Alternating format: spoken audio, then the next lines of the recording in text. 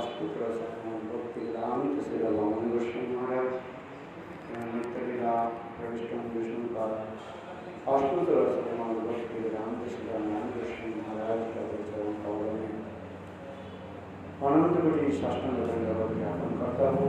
तत्पश्चात नित्य लीला प्रविष्टम विष्णु का राजपुत्र भक्ति वेदांत स्वामी महाराज श्री भगवान विष्णु महाराज एवं समस्त विष्णु चरण कमल में प्रणाम सिखाते। हम लोग सनातन शिक्षा के बारे में हम लोग श्रवण कर रहे थे, जिसमें संत चैतन्य महाप्रभु सनातन गोस्वामी पाद को लक्ष्य करके समस्त जीवों की शिक्षा आदि दे रहे हैं। संबंध, अभिजय और प्रयोजन तत्व के बारे में और तीनों तत्ववाद के वर्णन करने के पश्चात है संबंध, अभिजय और प्रयोजन तत्व वर्णन करने के पश्चात उन्होंने कृष्ण की सर्व उत्कर्षता वर्णन करते जा रहे हैं, जिसमें सनातन गोस्वामी पाद महाप्रभु के चरण पकड़ करके कहने लगे, प्रभु मैंने सुना आपने सर्वभट्टाचार्य के निकट आत्मा रामश्च मनायो इस श्लोक को आपने 18 प्रकार की व्याख्या किया। श्रीमद् भागवत में प्रथम स्कंध में 7वां चैप्टर में 10 नंबर श्लोक में है, आत्मा रामश्च मनायो निर्गंत होभी कुर्वन्ति अहितुकी भक्ति एकदम अद्भुत गुणांगरी है। चलिए यही श्लोक की जाए, मुझे कुछ अर्थ समझ कराएगा। तो महाप्रभु प्रसन्न होकर के सनातन गोस्वामी पाद के निकट इसी श्लोक के पुनः 64 प्रकार के अर्थ उन्होंने बताया है। काल इस श्लोक पर हम लोग कुछ वर्णन भी करे, श्रवण भी कर रहे थे। एक एक शब्द के पर महाप्रभु कैसे वर्णन किया है।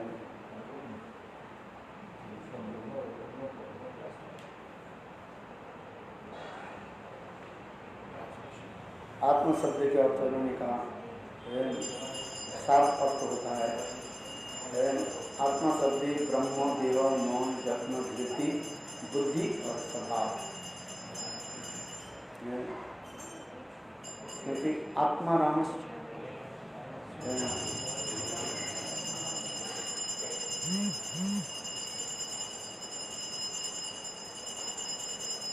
आत्माराम पुरुष भी भगवान की ऐसे अद्भुत कथा आदि श्रवण करके समस्त वासना को त्याग करके एकमात्र भगवान कृष्ण के कैसे अहित की भक्ति प्राप्त करते हैं। ये भगवान कैसे ऐसे आत्माराम पुरुष को भी आकृष्ट कर देते हैं। भगवत कथा में इतनी शक्ति है, इसलिए करें आश्चर्य सुनियमों कृपा करी कहजली जुड़ाई श्रवण प्रभु कही आमी बातों तुम्हारा वचने सार्वभौम बदुलता सत्य करी किवा प्रलापिलाम कहा नहीं किछु मने तुम्हारे संग बले दिली किछु है सहज हमारे किछु अर्थ नहीं भाषे तुम्हारा स्वभाव संग बले देखो प्रकाशे। एकादश पद यही श्लोकेर सुनिर्मल पृथक पृथक कहा अर्थ पदे करे जन्म।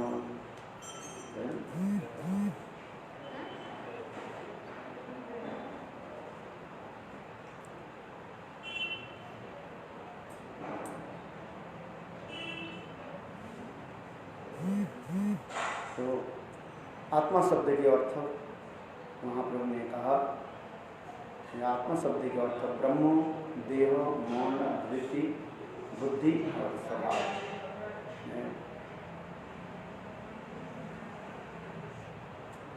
विश्वकोश के अनुसार भी कहा गया आत्मा देह मनो ब्रह्म स्वभाव धृति बुद्धि प्रजति।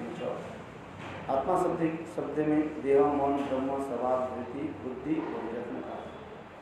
यही शास्त्र में जे आत्माराम गणे लगे करिए गणन मुनि आदि शब्देर अर्थ सुन सनातन पृथक पृथक अर्थ करी पाचे करिब मिलन। मुनि शब्दे मनन से आर कहे मौनी तपस्वी प्रति ज्योति आर ऋषि मुनि। निर्ग्रंथ शब्द कहे अविद्या ग्रंथिहीन विधि निषेध वेद शास्त्र ज्ञानादि विहीन। निर्ग्रंथ है ग्रंथ नहीं गांठ नहीं, जिसे कहा जाता है अविद्या रहित। इसलिए अविद्या ग्रंथि जो मुक्त पुरुष होते हैं वो संसार की कोई बंधन के द्वारा वो अबद्ध नहीं, संसार में कोई बद्ध नहीं होते, इसलिए कहते हैं वो मुक्त पुरुष होता है। तो उस मुक्त पुरुष की लक्षण के बारे में भी शास्त्र में कहा गया यजस्व हरिदाश्री करुणा मनसा गिरा निखिलस्वस्थिता जीवन मुक्त सब उच्चते। जीवन मुक्त पुरुष के यही लक्षण है। फिर जो सदा सर्वदा अपने तन मन भगवत नाम भगवत कथा में उड़े रहते हैं, जिससे संसार कोई वस्तु के ऊपर कोई चिंता नहीं करता। यह जिससे हरि दर्शनी करुणा मनसा और अपने के सदा सर्वदा श्री हरि के दास अनुभव करते हैं। मैं भगवान के दास हूँ और अपने तन मन बाका आदि के द्वारा भगवान की सेवा आदि करते हैं। और निकला अवस्था की संसार में जितने भी वस्तु है सब भगवान की जान करके भगवान की सेवा में लगा। अपने भोग की वस्तु नहीं, सब भगवान की वस्तु भगवान में ही लगाते हैं। तो उसी के कहा जाता है जीवन मुक्त पुरुष का। कभी कभी ज्ञानी लोग अपने के जीवन मुक्त कह करके प्रचार करते हैं, इसलिए चैतन्य चरितामृत में उनके लिए ही खंडन करते जा रहे हैं। ज्ञानी जीवन मुक्त दशा पाइन करुण मने वसुध बुद्धि शुद्ध नहीं कृष्ण भक्ति। ज्ञानी लोग भक्ति की आश्रय नहीं करके स्वतंत्र रूप में ज्ञान के द्वारा मुक्त होना चाहते हैं और सोचते हैं त्याग वैराग्य करके मैं संसार से मुक्त हो गया, किंतु ये वास्तव सत्य नहीं है। क्योंकि ज्ञानी जीवन मुक्त दशा पाइन करी माने अपने मानी मन सोच लेते हैं कि मैं मुक्त हो गया, क्योंकि शास्त्र में कहा गया भक्ति के सहारा से ही हम सब कुछ प्राप्ति करते हैं। इसलिए कहते ज्ञानी जीवन मुक्त दशा पाइन करी माने वस्तुत बुद्धि शुद्ध नहीं कृष्ण भक्ति के। जब तक कृष्ण भक्ति नहीं करे, भगवान की सेवा नहीं करे, तब तो किसी प्रकार से संसार से जो मुक्त हो नहीं सकते। इसलिए महाप्रभु ही यहाँ पर भी कह रहे हैं ये मुनि शब्द के मनन से है आर कहे मौनी मौनी व्रत धार्मिक से तपस्वी व्रति ज्योति है सन्यास आदि ग्रहण भी करने की भगवान की नहीं करते है। आराधित तो जदि हरि तपसा की नाराधित तो जदि हरि तपसा की अंतर बहिरी जदि हरि तपसा की नंतर वही जदि हरि तपसा की। आराधित तो जदि हरि तपसा जो श्री भगवान की आराधना करते हैं उनकी तपस्या कठोर वैराग्य करने के फल क्या है। और नाराधित तो यदि हरि तपस्या की जो लोग भगवान श्री हरि की आराधना नहीं करते अर्थात श्री हरि को छोड़ करके स्वतंत्र रूप में त्याग वैराग्य आदि करते रहते हैं, उसके फल कुछ नहीं है। अंतर्वाही यदि हरि तपस्या की जिनकी अंतर और हृदय में अंतर और बाहर श्री हरि के दर्शन होता है तो उनकी भी वैराग्य की क्या जरूरत। और नांतर वही यदि तपस्या के जिनके अंतर और बाहर में हरि नहीं है उनको तपस्या भी बेकार है, कोई फल नहीं। तात्पर्य क्या है? हरि भजन ही जीवन की मूल तात्पर्य। हरि भजन छोड़ करके भगवान श्री भजन मन सेवा, भजते सेवते इति सेवा। भगवान श्री हरि के सेवा नहीं करके दूसरी की सेवा आदि करने पर कोई फल प्राप्ति नहीं होता है। और उनकी सारी चेष्टा क्या हो जाता है? व्यर्थ हो जाता है। इसलिए इन्हें पर जो कहते जा रहे हैं समस्त कार्य के मूल क्या है? सम श्री हरि। गीता में भगवान कहते हैं कामस्ते हित ज्ञान प्रपद्यन्ते अन्न देवता। इस संसार में अनेक लोग देव देवी के पूजा आदि करते हैं, कठोर वैराग्य आदि करते हैं। जैसे वो नवदुर्गा आते हैं उस समय केवल एक लौंग में क्या बोलते हैं लेकर के रहते हैं, कठोर वैराग्य आदि करते हैं, भोजन कुछ नहीं करते, सारा दिन यहाँ क्योंकि पानी तक पीते कि नहीं पीते हैं, कठोर वैराग्य आदि करते हैं। किंतु उसमें हरि के साथ संबंध नहीं होने के नाते उसके फल क्या है? सांसारिक वस्तु फल प्राप्त है, कुछ अनिमान लघिमा अथवा सांसारिक कुछ फल में जड़ कुछ फल प्राप्त हो जाए। कौन देता है? भगवान देते हैं। क्योंकि भगवान जो होते हैं उनके तो भगवान तो देते हैं, क्योंकि जो देव देवी के कर रहे हैं तो कर रहे हैं किसके लिए? देव देवी के लिए कर रहे हैं। वो देव देवियां भगवान से लेकर के उनको दे देते हैं आज में है। इसलिए कभी कभी ये कथा भी सुनाते हैं। एक बार कोई मुसलमान राजा के निकट एक भिखारी आए, शायद अकबर बादशाह किसी की कथा को जैसे नहीं, तो राजा की बोले महाराज मुझे कुछ धन दिलाइए है। तो वो राजा ने अंदर में गए, आधे घंटे के बाद आया, उनका धन दिया। तो उन्होंने वो कहा कि आप इतने समय तक क्या कर रहे थे? तो राजा ने कहा देखो ये मेरा तो नहीं, भगवान को मैं, अल्लाह को मैं मांग रहा था, या अल्लाह तुम मुझे दो, ये आए हैं इसको मुझे देना। तो उन्होंने कहा तब तो मुझे डर नहीं चाहिए, तुमको क्यों मांगे? मैं तो डायरेक्ट अल्लाह की मांगता हूँ, भगवान की भजन करता हूँ। उसी प्रकार सारे देव देवियां जो है यह तो त्रिवर्ग फल आदि धर्म अर्थ काम कोई देव देवी स्वतंत्र रूप में दे नहीं सकते, सब भगवान से लेकर के ही वो देते।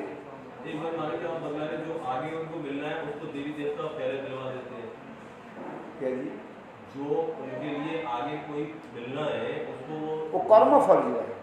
अच्छा, वो तो कर्म फल के बारे में कहा ना, जो आपने जो कर्म किया है उस कर्म के आगे पीछे करा दे सकते हैं। जैसे वो उसके कथा सुनाया ना, कौन सा कथा सुनाया था? जो गोकर्ण धुंधुकारी की कथा सुनाया था ना, उसमें पिता आत्मदेव ब्राह्मण की कथा सुनाई गई। आत्मदेव ब्राह्मण जो है कठोर तपस्या आदि करने लगे, तब वो संत महात्मा इज्जती संत महात्मा आए हैं लाएंगे संत महात्मा देवी देवता के लिए बतलाए। जैसे मेरे को आज कोई चीज मैं देवी देवता की उपासना करता हूँ तो मेरे को वो चीज अभी मेरे भाग्य में नहीं है, तो देवी देवता क्या करते हैं वो नहीं, आपके भाग में नहीं तो नहीं देंगे। देव देवियां आपके कर्म के अनुसार वो दे रहे हैं।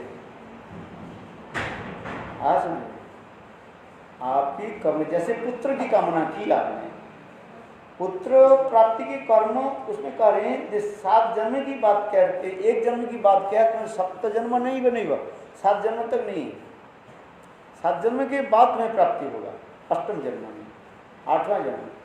तो वो कहते ठीक है, तो 7 जन्म के जो 8वां जन्म के अभी तुमको करा देते हैं,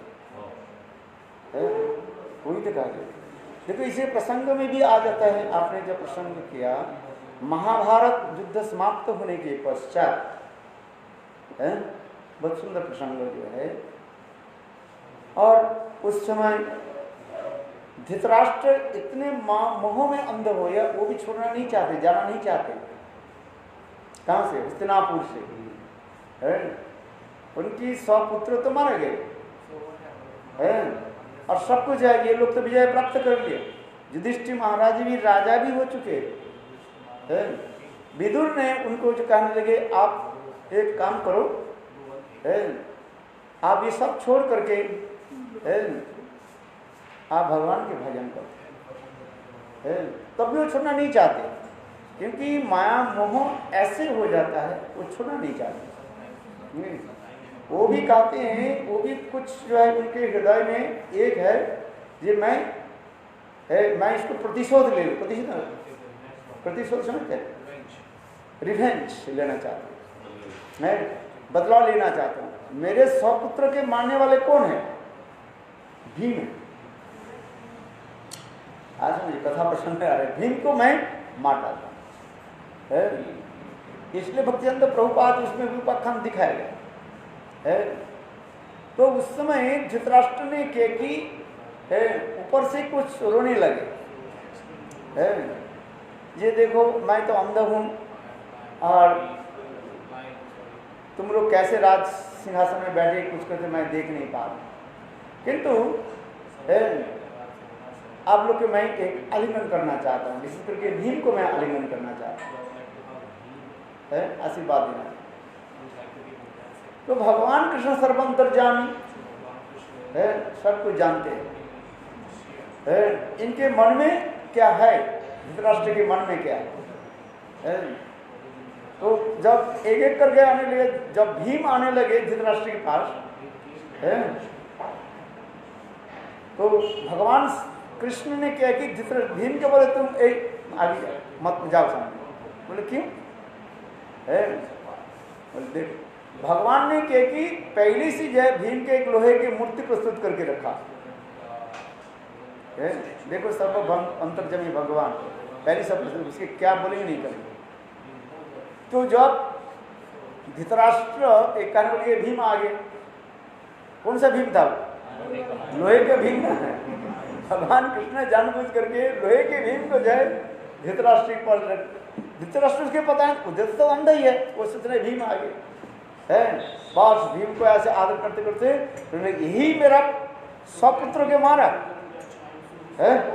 उन्होंने क्या कि इतना क्रोध आ गया धृतराष्ट्र है, लोहे के जो भीम को उसको भी क्या करने लगे, आलिंगन करके बिल्कुल जैसे है दबाने लगे है। जैसे कुछ क्या बोले गेंद फेंद होता है ना, जैसे हम हाथ में जैसे इसको चकनाचूर कर देते हैं, ठीक उसी प्रकार धृतराष्ट्र ने क्या कि लोहे के भीम को क्या कि ऐसे वो सोचने लगे भीम है और चकनाचूर हो गया। जब टूट गए तब वो भी ऊपर से रोने लगे, हाय हाय हमारे भीम मर गया है। मैं थोड़ा सा उनका आलिंगन किया है, तब उस समय भगवान करके कहने लगे नहीं भीम नहीं मरे है। बोले भीम आप जो कुछ किया वो किसका?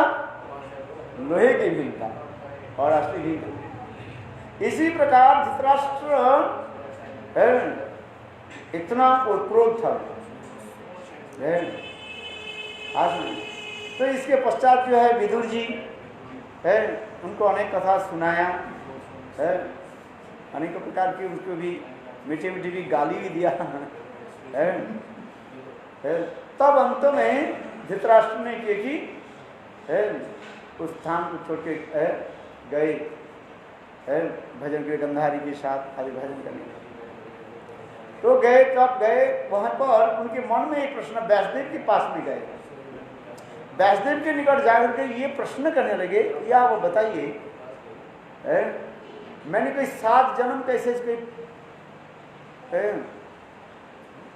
माने कुकर्म नहीं किया जिसके फलस्वरूप मेरे सामने मेरा स्वपुत्र मर गया है? इस संसार में सबसे दुख क्या है? पिता जीवित रहते पुत्र मर जाए, है? ये सबसे बड़ी दुख कहा जाता है। जो पिता है वो जानते हैं, है? आज ये मेरा दुख की बात। तो उस समय उन्होंने कहा, व्यासदेव के कहा, आप मुझे बताइए, मेरा याद है ये कितने जन्म तक मैंने ऐसे भी काम नहीं किया। 7 जन्म, तूने कितना जन्म बताया? 7 जन्म बताया।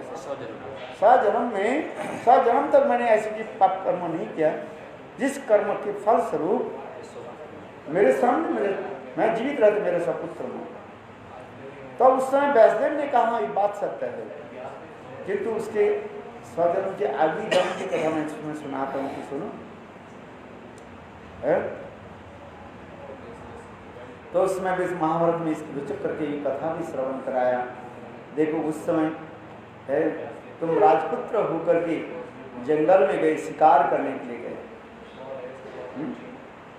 धृतराष्ट्र की उसी जन्म की कथा सुनाया।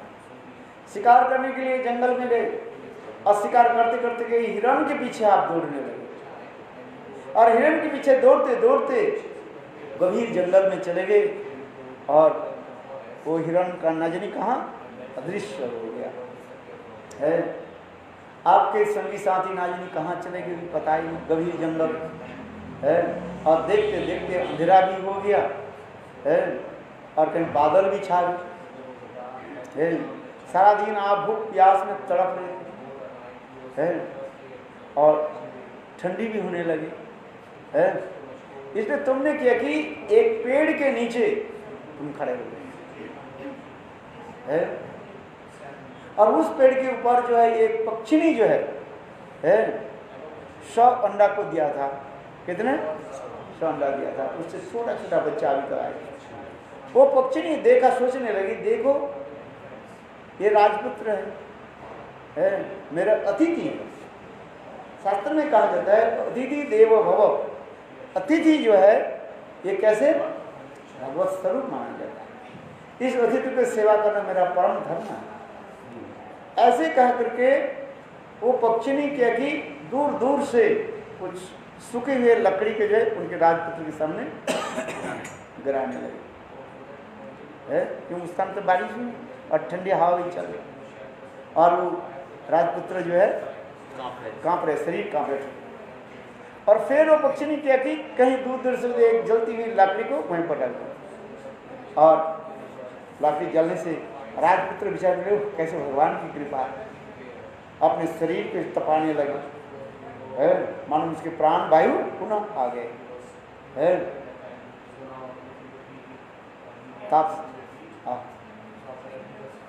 इतने समय पक्षिणी विचार करने लगे है ये हमारे अतिथि है, इसके अभी रात तो हो गए है, इसके भोजन की क्या व्यवस्था करो है। शास्त्र में लिखा है रात्रि काल में वृक्ष के जो है कष्ट देना नहीं चाहिए, फल तोड़ना नहीं चाहिए। यद्यपि वो पक्षी समर्थवान थे, दूर दूर से फल लेकर के दे सकते बस खाने, किंतु रात्रि को होगी है। रात्रि काल में पेड़ में हाथ लगाने भी नहीं चाहिए, शास्त्र कैसे लिखा गया है। इसलिए पक्षिणी क्या करने लगी, विचार करने लगे ये तो हमारे अतिथि है और भूख प्यास में तड़प रहे हैं। इसलिए पक्षिणी क्या की, बोले मैं अपने की आहुति दे दी। ऐसे करके वो पक्षिणी है देखो जल्दी ही आग में समाएंगे और वो राजपुत्र देखा है और देख कर भगवान की से मुझे आहार मिला, जल्दी जल्दी है आग से पक्षी को झुलस गया था ना, उसको छाल छिला करके है भोजन किया और उसके मांस के अंदर थोड़ी सी होता है।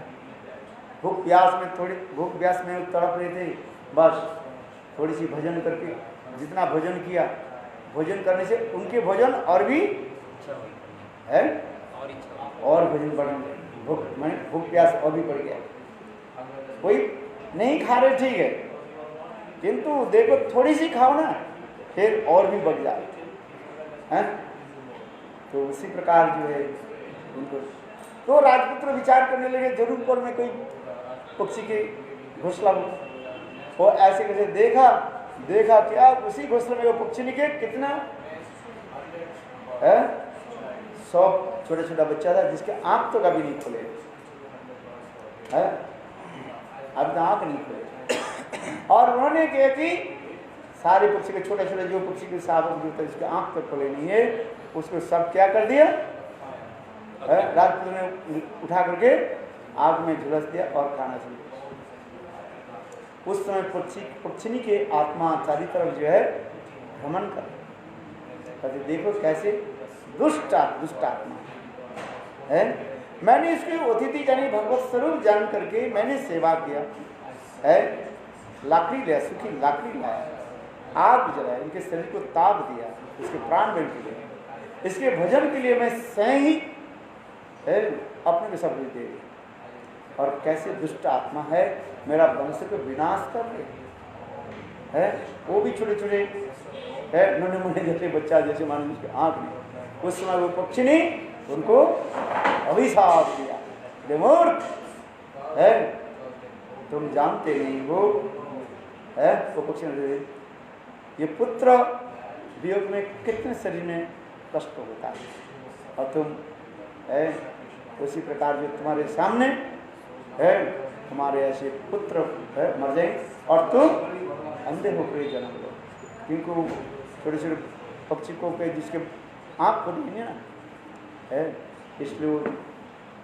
इसलिए धृतराष्ट्र अंध होकर के जन्म लिया और उनके सामने सपुत्र मारा गया।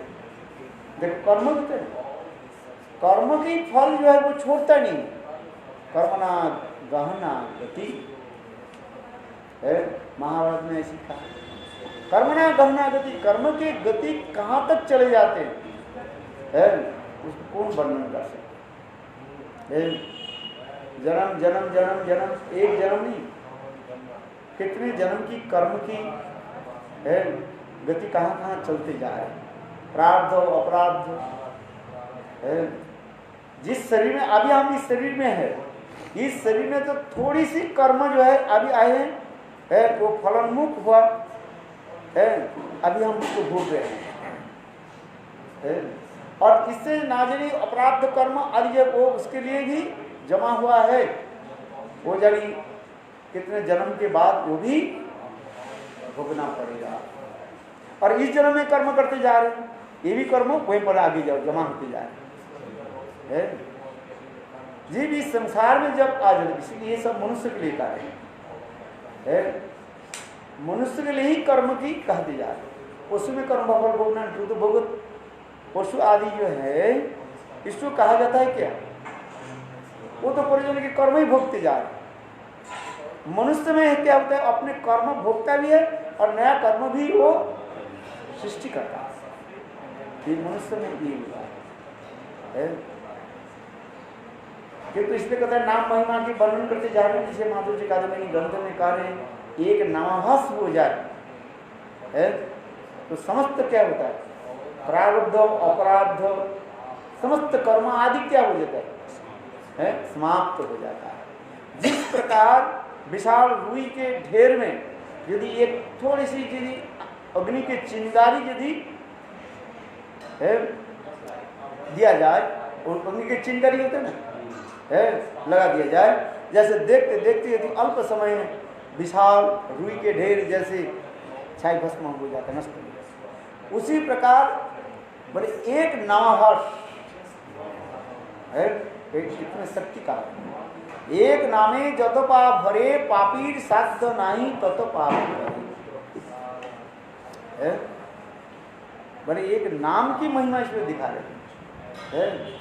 यहाँ तक भी कहते हैं शुद्ध नाम उदित हो जाता है उसके प्रेम, और समस्त शराब के लिए समस्त कर्मफल के जड़ समेत क्या हो जाता है, नष्ट हो जाता है। अजामिल के उपाख्यान में सुखदेव गोस्वामी पाद जो कथा सुना, ये नाम की महिमा इतने सुना है। कर्म मार्ग में जो प्रायश्चित्त आदि की कहा गया है, ये अचानक किसी कोई ऐसे कर्म कर दिया जिस कर्म के फल के कर्म से मुक्ति पाना चाहते हैं। जैसे आप गाड़ी चला करके जा रहे हैं, अकस्मात एक गाय को हमने टक्कर लगा, गाय मर गई। आपके उद्देश्य नहीं था वो हत्या करना, किंतु एक्सीडेंटली क्या हो गया, गाय मर गई। तो उसके लिए शास्त्र कहा जाता है गोहत्या की पाप तो आपके पास आएगा, उससे मुक्ति के लिए आपको क्या उपाय है? कहते हैं कर्म मार्ग में कहा जाता है कुछ प्रायश्चित्त की व्यवस्था दी गई है। चंद्रायण व्रत धारण आदि करते हैं, गोदान आदि है, यज्ञ आदि अनेक प्रकार के जिसको प्रायश्चित्त कहा जाता है। कर्म मार्ग में ये समझ प्रायश्चित्त आदि दिखा है, प्रायश्चित्त दिखा है। किंतु भक्ति मार्ग में क्या है? कोई प्रायश्चित्त एक नाम करने सब कुछ है। नाम कितने नहीं, किंतु अपराध रहित नाम करना चाहिए है। अपराध करते रहें और नाम करते रहें, उससे नाम वाले पाप बुद्धि हो जाता है, फिर है उससे उल्टा फल हो जाता है। क्यों कहते हैं जो नाम करने से हो जाता है तो नाम भी कर लिया और पाप भी करते जाते हैं। उसे नाम भले पाप बुद्धि है अंतर्गत, हाँ वही है। इसलिए नाम की महिमा, नाम एक शुद्ध नाम उदित हो, एक नाम उदित हो जाए, शुद्ध नाम उदित समस्त क्या जड़ समेत नष्ट कर दे। इसलिए तो श्रीमद् भागवत में इसी कथा को कहते सुखदेव गोस्वामी पाद कहते हैं यथा वेणु नला इव, जिस प्रकार बरसात के समय बारिश होने से कुछ घास के भांति जो है बांस हो जाता है, लंबी लंबी हो जाता है, बढ़ जाता है, पूरा जंगल भर जाता है। और गर्मी के समय वो सूख जाता है, और उस समय कोई यदि बांस के झाड़ में आग लगा दे, वो सारे बांस क्या हो जाता है, सब छाई भस्म हो जाता है। फिर पुनः जब बारिश होती है तो फिर वो क्या हो जाता है, उग जाता है। क्यों? उसके जड़ तो अंदर मिट्टी के नीचे है। इसलिए वो उसको ध्वंस करने के लिए क्या करना चाहिए, जड़ समेत उखाड़ना पड़ेगा। जैसे हम लोग वो क्या बोले नवद्वीप में जो मंदिर है ना, केशव जी के मंदिर, वो पहले पूरा वो कैसी था, बांस के बगीचा झाड़ है। वहीं पर चोर डकैत शराबी सब है रात में चोरी करके वहीं पर भागवतवार करते थे, ऐसे भी कहा है, सुना लोग कहते हैं। बहुत डेंजरस प्लेस वो था है। तो जब गुरुदेव ने जो खरीदा, फिर हम लोग ने देखा क्या है, उसके इसके द्वारा क्या बोले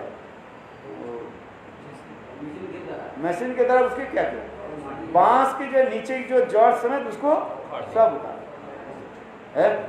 क्यों? बांस के जड़ नीचे रह जाता है, बारिश होने पर फिर गिरता है। ठीक उसी प्रकार भक्ति मार्ग में कहा जाता है, ये भगवत भक्ति करने पर, भगवत नाम आदि जप करने पर है उसके जड़ समेत समाप्त हो जाता है। इसे कहते हैं नाम को अविद्या, अस्मिता, राग, देश, अभिनिवेश, पाप बीज है, ये तो पाप करने की वासना तक भी समाप्त हो जाता है। नाम कितने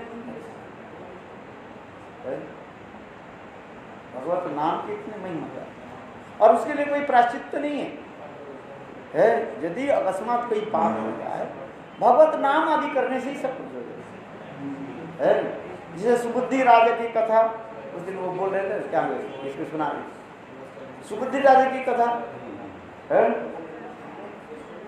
आज कथा आप लोग जानते, सुबुद्धि राजा की कथा जो है सुबुद्धि राज जब राजा थे, उनके नौकर था कौन है, एक हुसैन साहब था है। आज और उन्होंने कोई ऐसे पैसा को और कुछ जो है अर्थ को उन्होंने क्या किया, इधर उधर कर दिया, नष्ट किया। इसलिए मंत्री लोग बोले इसको दंड देना चाहिए, प्राण दंड होना चाहिए। सुबुद्धि राय ने उनको प्राण दंड नहीं दे करके अपने पुत्र वध स्नेह करके उनको 3 चाबुक केवल पीठ में मार छोड़ दिया। प्राणदंड नहीं दिया है। फिर काल क्रम से वो हुसैन शाह राजा बन गए, सुबुद्धि राय नखर बन गया। यही तो संसार की है। तो एक दिन हुसैन शाह के पत्नी है और हुसैन उनके पीठ पर तेल मालिश कर रहे, देखा कोई 3 दाग है, लाइन है, पर ये किसके, ये क्या चीज? हुसैन शाह कहना नहीं चाहते वो, क्योंकि वो अपने अड़ गए, मुझे बता। फिर उन्होंने बताया, सारित्री को बताया, जो मैंने ऐसे काम किया था, इससे हमें दंड होना चाहिए, प्राण दंड होना चाहिए था, किंतु सुबुद्धि राय मुझे प्राण दंड नहीं ले करके मुझे 3 चाबुक मारी छोड़। तो रानी कहने लगी, बोले नहीं, आप उसके भी प्राण दंड है, तुमको मारा, मुसलमान है। राजा बोले, हुसैन साहब बोले मैं नहीं ले सकता है। तो उस समय उन्होंने बोला अच्छा ठीक है, इसको क्या करो, जाति नाश करो। उस समय जातिवाद बहुत था ना, है। आजकल जैसे भी करो, कोई भी सब एक बराबर है, जाति पाति कोई ना पूछे है आज नहीं। किंतु मुसलमान लोग बहुत कट्टर है ही है, वो बहुत कट्टर है नहीं। चलो हम उस कथा में नहीं जाएंगे। हाँ, तो उनको क्या कि मुसलमान की जो क्या होता है, वो बदना होता है ना,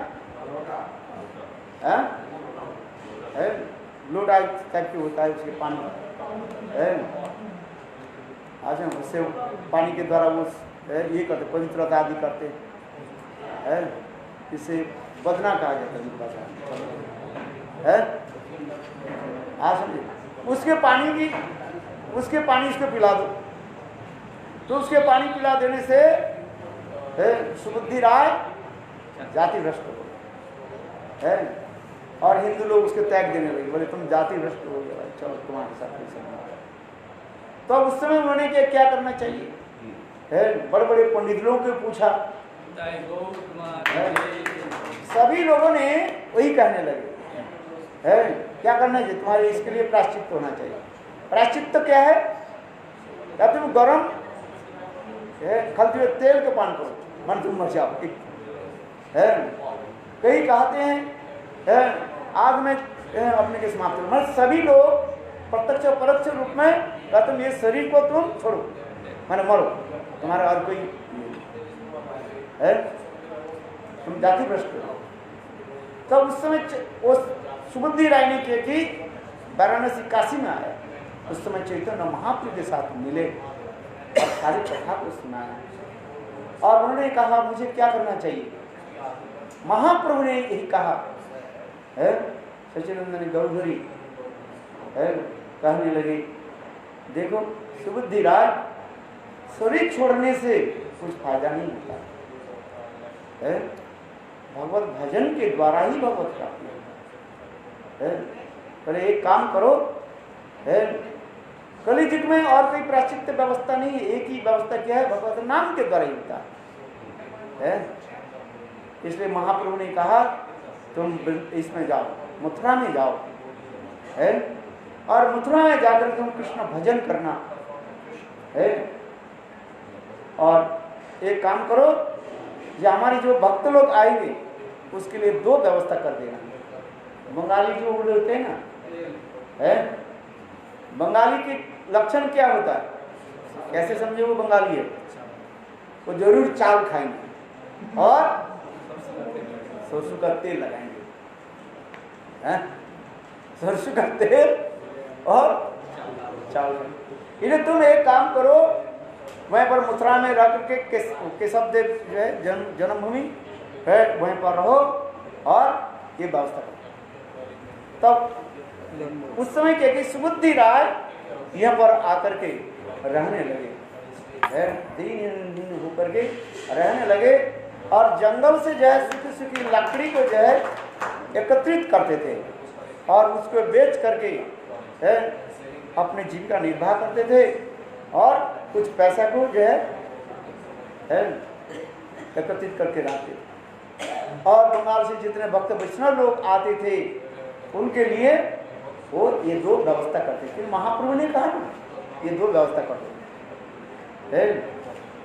आज इसलिए केशव देव जो भगवान केशव देव का जन्मभूमि के केशव देव के मंदिर आदि केशव देव, हाँ आदि केशव देव के मंदिर है, वहीं पर उन्होंने रह के भजन किया है।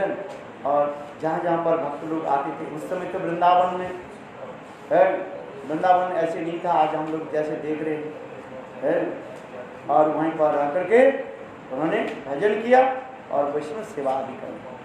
यही महाप्रभु जगत जी के दिखाया क्या, ये कलिकाले नाम बिना नहीं आर धर्म सर्वशास्त्रे यही सार मर्म है। कलियुग में कोई अब धर्म ही नहीं है, एक ही धर्म है क्या, भगवत नाम, हरे नाम हरे नाम ही वो केवलम करो नास्ते व गति। कलियुग में जो कुछ भी करे है यही हरिनाम करना है। नाम के द्वारा ही हमारे समस्त प्रायश्चित्त हो जाता है। नाम के द्वारा ही हमारे समस्त कुछ सब कर्म नष्ट हो जाता है। आज और कुछ करना, इसलिए महाप्रभु सुबुद्धि राय को यही कहा ये तुम्हारी प्रायश्चित्त क्या है, नाम हरिनाम है। एक बार कोई हरिनाम कर लेते हैं तो समस्त पाप नष्ट हो जाता है। इसलिए और कुछ करना नहीं है, नाम महिमा दिखाए है। विद्या बुद्धि पांडित्य वो साथ में नहीं चलता है, पता है एकमात्र हरिनाम। मृत्यु के समय कोई दो अक्षर नाम कर लेते हैं उसके जीवन सफल हो जाता है। इसलिए रामायण में लिखा जन्म जन्म मुनि जतन कराई अंतकाल राम आवत। यही तो बाली भगवान रामचंद्र के लिए यही प्रार्थना की, ये प्रभु है मुझे यही वर दीजिए है, आपके मुख कमल के दर्शन करते हुए है मैं मेरा शरीर छूट गया। हरिदास ठाकुर जी की कथा उसी है, हरिदास ठाकुर के निर्जान जो है वही हरिदास ठाकुर महाप्रभु ने वही प्रार्थना की है। नाम की महिमा सर्वत्र लिखा है। इसलिए आज में तो बस उधर ये कथा तो उधर है, वास्तविक कथा सत्य है। ये हमारे जीवन की जो कर्म आदि जो ये क्या होता है, ये सब नष्ट हो जाता है। भगवत नाम बोले, नाम के शुद्ध नाम हो तो प्रेम उत्पन्न हो जाए है, बोले एकदम एक नामाभास हो जाए है, एक नामाभास हो जाए तो सारे पाप सब नष्ट हो है। इसलिए कहते हैं एक नाम है जत पाप हरे पापीर साध्य नहीं तत पाप है। नाम की महिमा जगत में दिखा है। वंशा कृपा श्रीमदानंद पावने को वैष्णव कलिकाले नाम बिना नहीं यार और क्या, कलिकाले नाम बिना नहीं आ धर्म सर्वशास्त्रे यही सार मर्म। समस्त शास्त्र की यही सार है, मर्म है। कलियुग में नाम हरिनाम, हरे नाम हरे नाम हरे नाम।